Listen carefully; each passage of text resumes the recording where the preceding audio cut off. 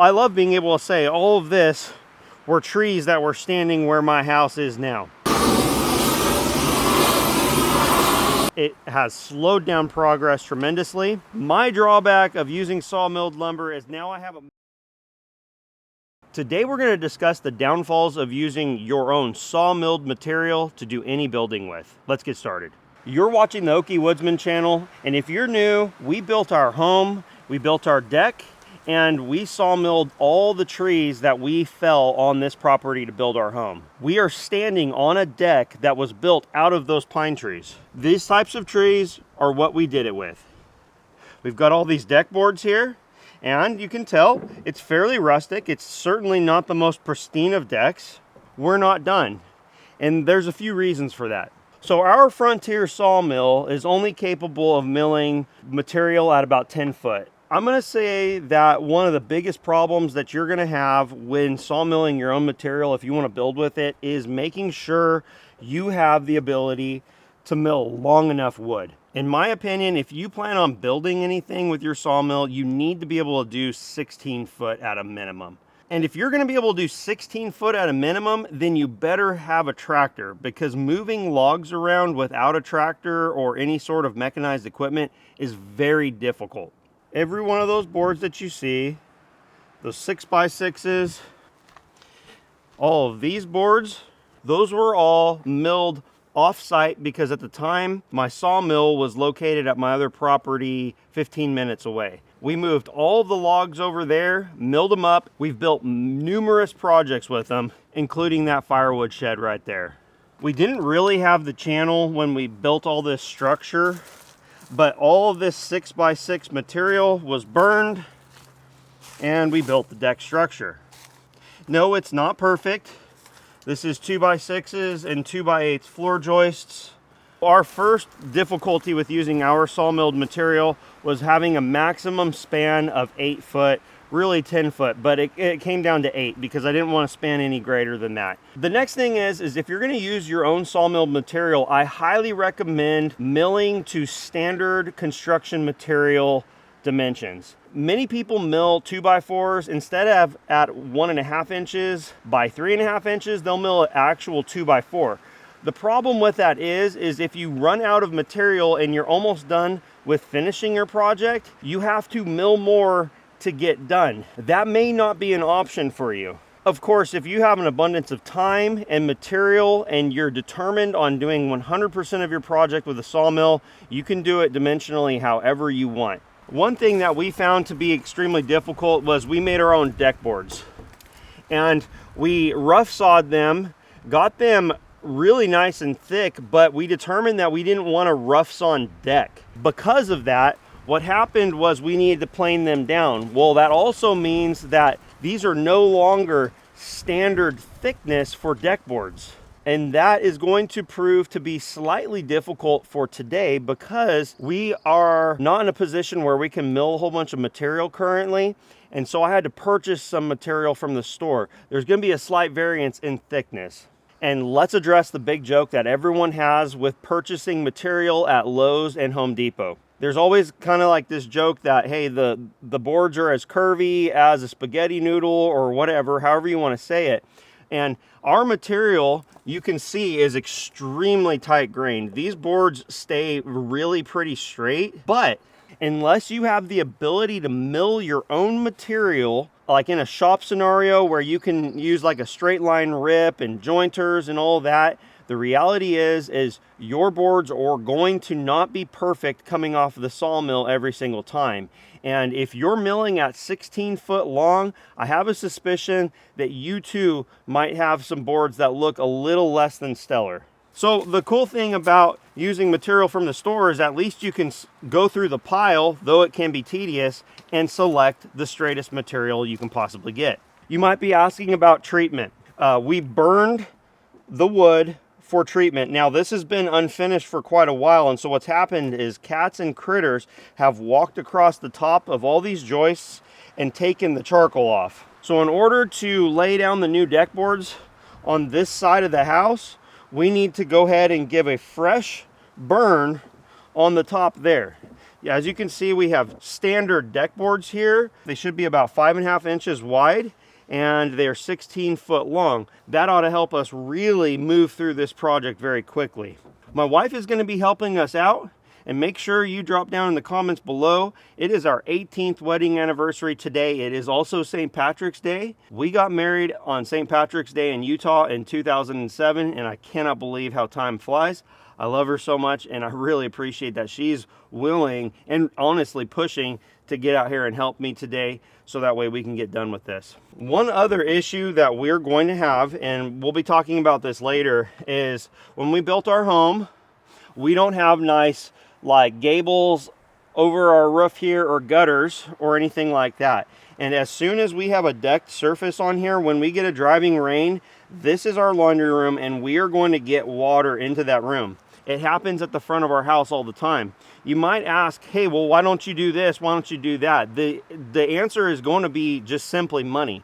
And the reason why is my wife and I built this house within our means, and that has proven to be an extreme difficulty. We started this house in 2000.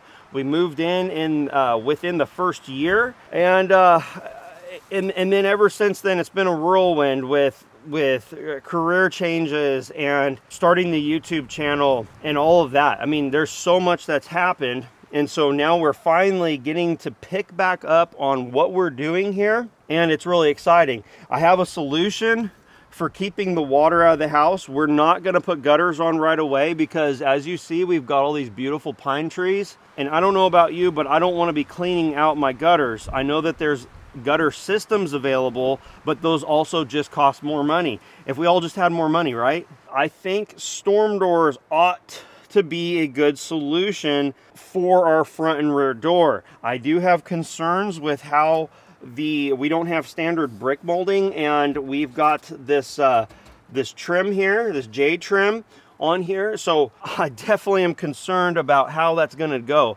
Also, I do have a little bit of mildew starting on the back of this door, so we really need to get that painted. Anyway, I'm going to stop talking. My wife and I are going to get started on here. Enjoy the process, because you're going to see what we're going to do to try to preserve this. We did use, like, I think it's called copper coat. It's like this green coating on all of the material as well, especially the decking.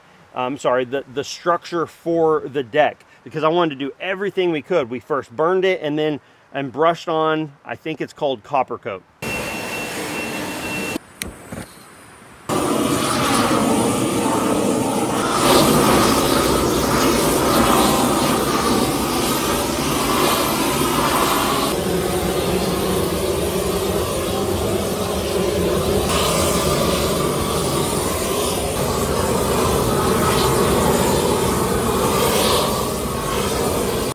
Okay, so I'm gonna have you on this end, okay, and we're gonna start stacking boards along this edge, okay? Mm-hmm. It's gonna have to push out.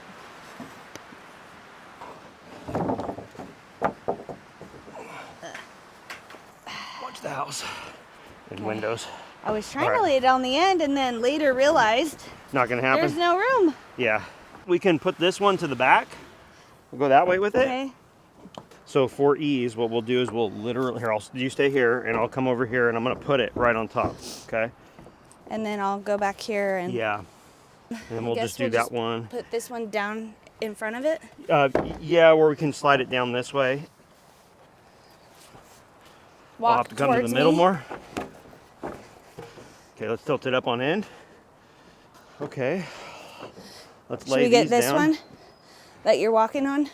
Yeah, I'm gonna unplug this because this cannot go here anymore. Yeah. Oh my gosh, so exciting. Do you want me to get your blower? Oh. Use turbo. This is absolutely fantastic to be able to lay down decking material this quickly. 16-foot pieces is gonna help this go quick. Not only that, but we're going to be able to hopefully get good straight edges along this long edge. Some of these are going to definitely need some persuasion. What we'll do is once we have these screwed in, we'll be able to pull against the middle and line it up. This is going to be fantastic to get all of this buttoned up as well. I want to continue to use the same size material as I did on the rest of it to keep a consistent look. One of the things that we found is, you know, there's definitely inconsistencies in this deck material. That's what you get unless you're gonna mill everything down. Like we could have cut them at, well, we wanted these wide, and so we wanted to have them be as wide as possible. And with them air drying and being stickered for so long, they simply moved. Some of the wood swelled at a faster rate, slower rate. There were some inconsistencies in the cutting on the bandsaw mill.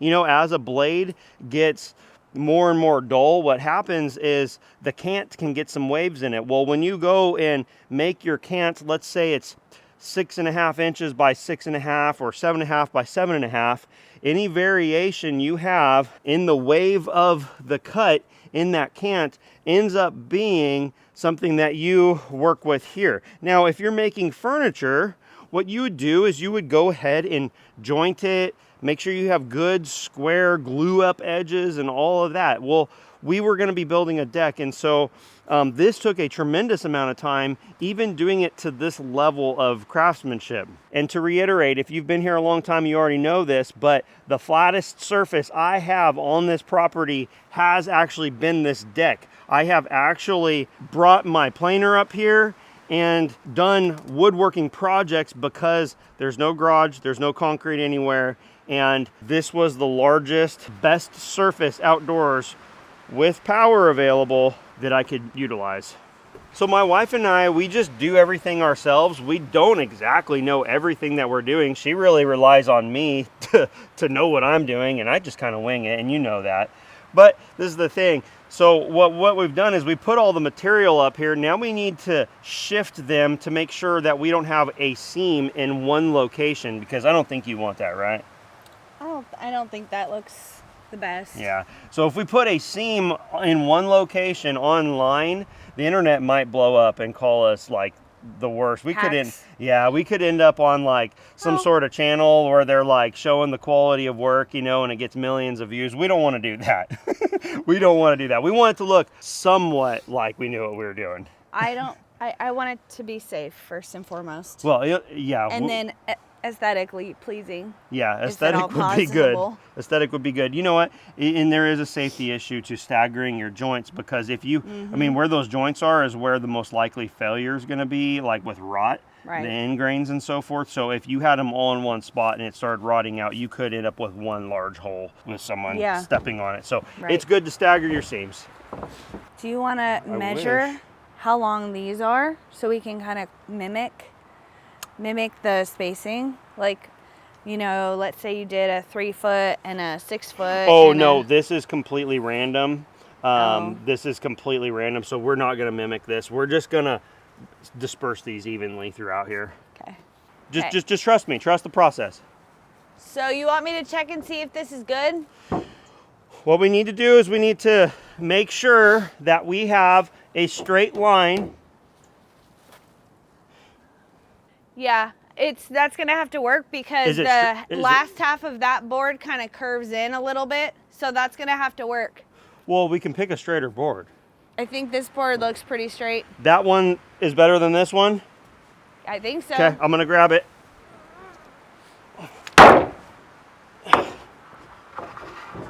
Now, that middle joint, pull it towards the house a little bit. Both of them? Yeah, that looks good. Okay, so that's our edge, okay? Grab the camera and come on back up here. Thank you. During my house construction, I utilized these No Cry knee pads. I did purchase these off of Amazon some years ago. The elastic has held up. They're the nicest knee pads I've ever had, and they're an affordable price. I'll put links down below. We have 2 sets, one for myself and one for my wife, because though it's not recorded, we do have a video on it. We did build our home, and we did a lot of work. We did hire some stuff out. Hey, do you need me to hold anything, or can I start some chicken nuggets for the kids? You're good if you want to start some chicken nuggets. My wife and I are gonna get to town screwing the deck down. We'll both be using impacts. I'll use the larger one, she'll use the more subcompact one, and we're utilizing 3-inch deck screws.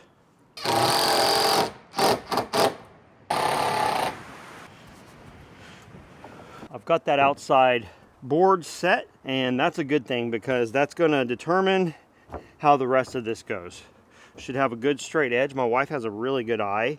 Yes, you could stretch a string line, but none of our house is straight enough for a string line. I can tell you that right now.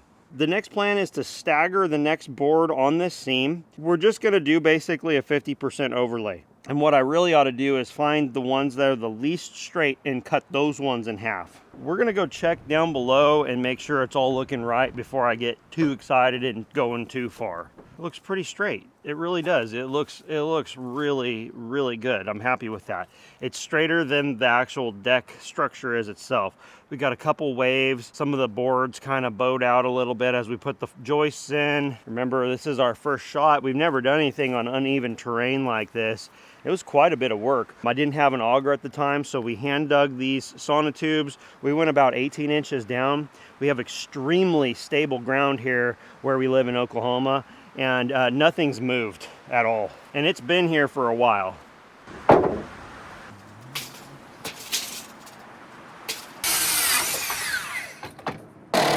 Okay, so what I'm gonna do is I'm gonna pry this over, and I need you to drive it, but I don't want it driven too far home. Do you understand me? Yeah, I know. Good job, buddy. That's all I needed, man. Thank you. Need a little bit more help? Nope, that's it. That's what I needed. I needed to set this board. That's all I needed, bud. Thank you. Appreciate it.